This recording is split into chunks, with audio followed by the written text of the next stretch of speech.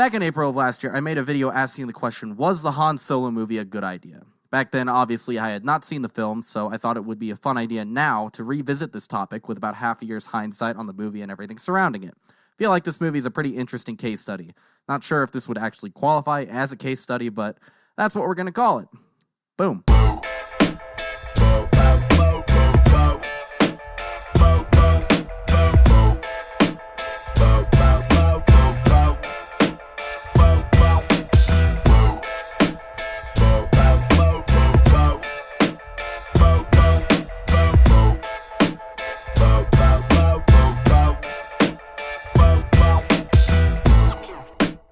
One thing to start. So, I think it's not a big secret that Solo was not a financially successful movie. And I'm sure a lot of people on the internet who hate the Disney era of Star Wars would tell you that it was their boycott of the film that led to its financial troubles. I would like to refute that claim pretty strongly for a couple of reasons. There are less of you who passionately hate these new films than you think there are, for one. And for two, I didn't want to go see this movie. And I have at least enjoyed every film Disney has created with the Star Wars license. The main thing, though, is this movie did not do a great job of capturing the interest of general audiences. Most people I know who are huge nerds like me were more confused about why the thing existed in the first place, as they didn't really care about a young Han Solo and were uninterested in seeing the character portrayed by anyone other than Harrison Ford.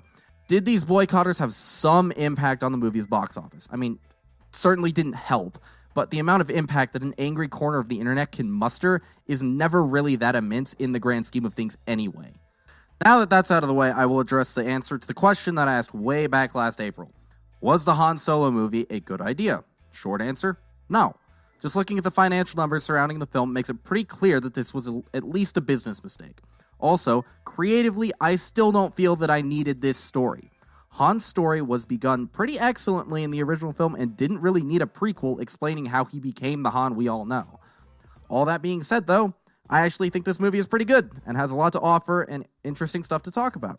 So, now I will talk about those things. Simplest thing first. It's just kind of a fun, small-scale movie. It never really justifies its existence in the broader canon or anything, but is that really something that it ever really needed to do? I'm actually not sure. I don't know. Does a movie have this obligation to be anything more than a fun time? At the moment, I'm kind of leaning towards no, but let me know what you think.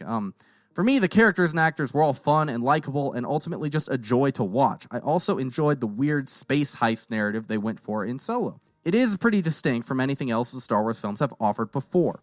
One more thing I wanted to mention is that there's some fun world building that creates a neat feeling criminal underworld. There are really a lot of fun designs showcased in this film. I saw someone at one point complaining about the dumb design of Dryden Voss's yacht thing, and yeah, logistically, it's an idiotic design from a practical point of view. It's almost like it's a spaceship in a Star Wars movie. It's not like these ships in Star Wars have ever been designed with practicality in mind. I mean, come on. Moving on, I want to take a deeper dive into what I think are the biggest strengths of Solo, the characters and the actors playing them. Let's start with Lando. Donald Glover crushes the role as I think we all expected him to. He's super funny to watch and really does feel like a Lando who hasn't quite figured it out yet. I really enjoyed the moment when they first go to get in the Falcon and he's acting all surprised and upset that it's booted. It took me until the second time I saw this to realize that he's just been waiting in this town for someone who could help him steal his ship back out of the impound lot, and this was all just a charade. Maybe I'm slow, whatever, don't at me. Next we have Chewie, who is given a couple great moments here. First time he and Han meet is pretty fun. The highlight for me, though, was the scene where he helps out his fellow Wookiees, but ultimately decides to stick around with Han. This is one of the stronger aspects of a prequel for me, where you see things that majorly affect the course of a character's journey to get to where you initially met them, but it isn't played as such. It's played more as a goodbye to his kin rather than a this is how they first started working together thing. Just works. The game room scene is also pretty funny. You want to make that move. You made that move, okay. I guess I'll have to destroy that little guy. Somehow I never get bored with winning. You can't wipe them off. They're holograms. Hey, Chewie, relax. Hey, try to compose yourself. Look, all you gotta do is think. Now I want to talk about Woody Harrelson's Tobias Beckett. I really enjoy this character for several reasons. First off, he's mostly a fun character played likably by Harrelson.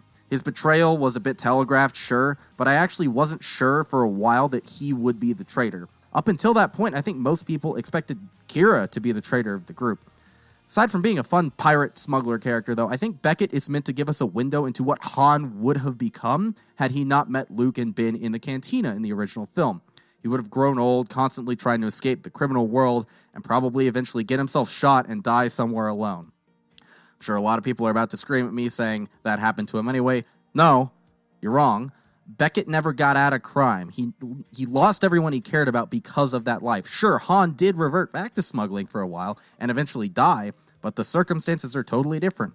In between that, he became a hero, a general, fell in love, had a kid and a family for years, and ultimately died because he was willing to risk anything to bring his kid back from evil.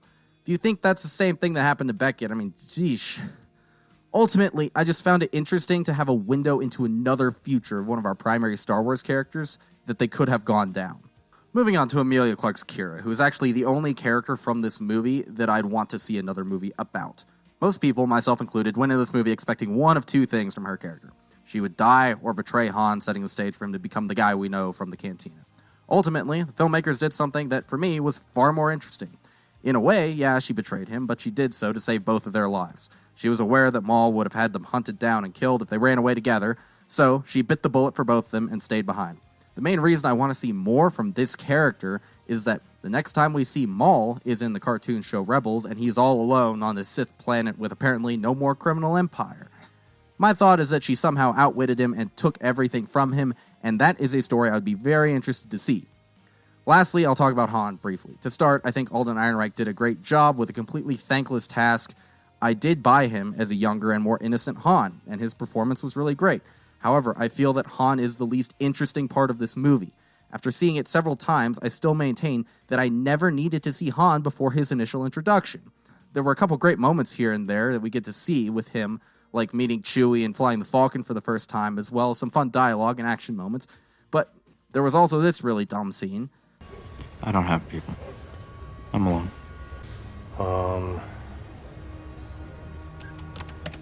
Solo. He does a good job, but the story could be nearly unchanged if they put another character in Han's place that was an unknown. That's not an effective use of a character as iconic as Han. To sum it all up, this is a fun and good movie that brings a different feeling story to Star Wars. Probably would have been more the case if Lord and Miller hadn't been fired, but whatever. That being said, making this movie was a bad idea. A really bad idea. I honestly think the spin-off idea in general is a bad idea. Just make the saga films and move on to TV, or nothing. I love Star Wars, but I don't need to see another movie on the horizon in 5 years' time. And I think that's going to about do it for this one. I hope you guys enjoyed the video. If you did, please feel to drop a like, subscribe, and share, and all that stuff. That really helps me out a bunch. Also, if you want to see more work from me, check out my website, DylanStormDay.com. And in another note, this channel is now over a year old. Yay, super fun. Yeah, everybody have a good week, and I will see you guys next time. Bye.